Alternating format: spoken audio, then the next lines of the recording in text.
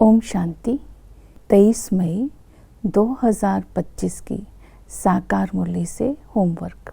आज की मुरली से हम लक्ष्य लेंगे, नई दुनिया में ऊंच पद पाने के लिए पावन बनने का पुरुषार्थ करना है। आज अपनी बुद्धि में सारा फ्लो चार्ट रखेंगे, उसमें से एक पॉइंट को लेंगे। जैसे आज की मुरली से हम स्वमान ले लेते हैं, मैं रूप बसंत हूँ। रूप अर्थात योग बल, बसंत अर्थात ज्ञान बल।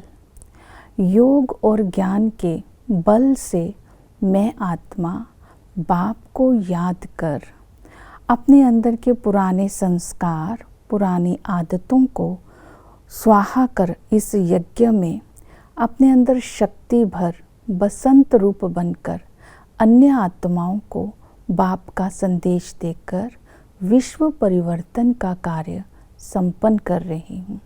इस स्थिति में आज सारा दिन रहेंगे। आज की मुरली से प्रैक्टिकल में होमवर्क रहेगा। पावन बनने के लिए अशरीरी बनना है। जैसे हम ऑफिस में काम करते हैं, जब ऑफिस का काम पूरा हो जाता है तो घर आ जाते हैं।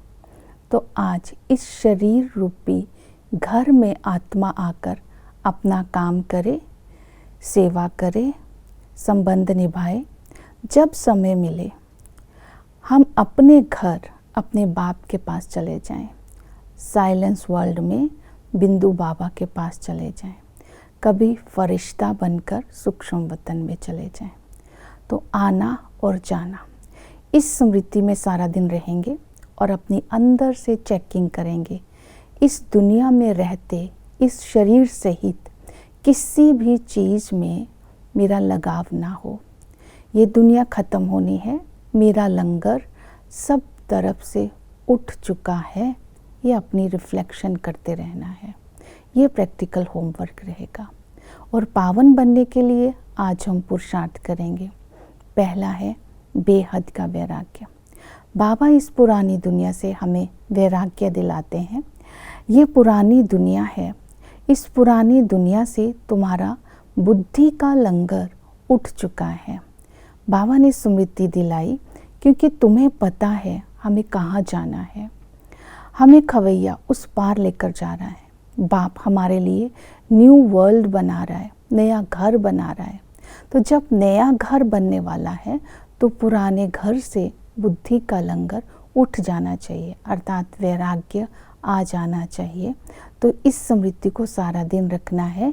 हम नई दुनिया में जा रहे हैं, हमारे लिए न्यू वर्ल्ड बन रहा है, तो हमें वहाँ जाना है। तो वो वाले संस्कार इमर्ज करने हैं। पुराने संस्कार और रावण के संस्कारों को हमें छोड़ना है, तब हम पावन बनेंगे। तो पावन बनने की दूसरी विधि बताई, संपूर्ण निर्विकारी बनना है। बाबा ने कहा अपवित्रता आत्मघात है और पवित्रता जिए दान है। तो हमें पवित्र बनकर के ही अपने घर जाना है। पवित्र बनने की विधि यही है कि हमें ब्रह्मचर्य और ब्रह्मचारी का पालन करना है। बाबा ने माताओं को, बांधेलियों को याद किया।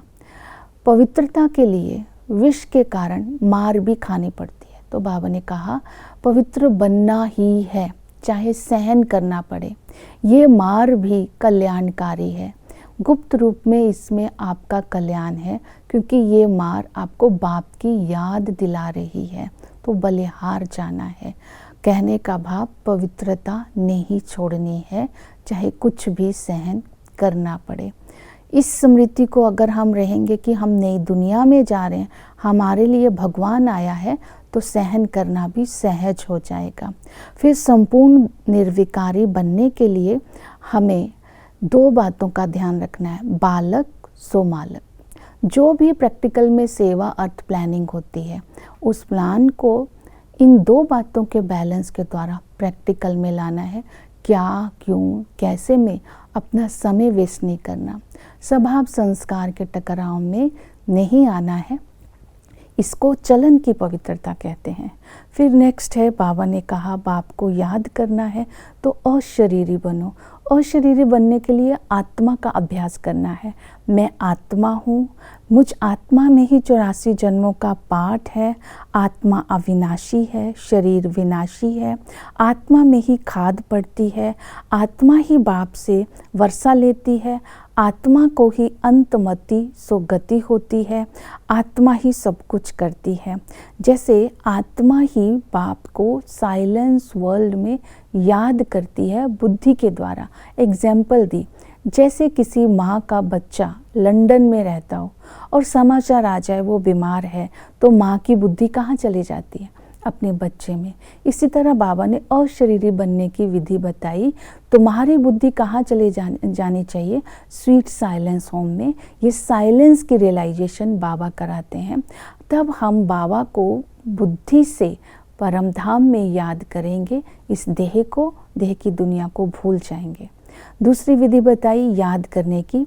बाप इस समय बाप भी है, टीचर भी है, सतगुरु भी है।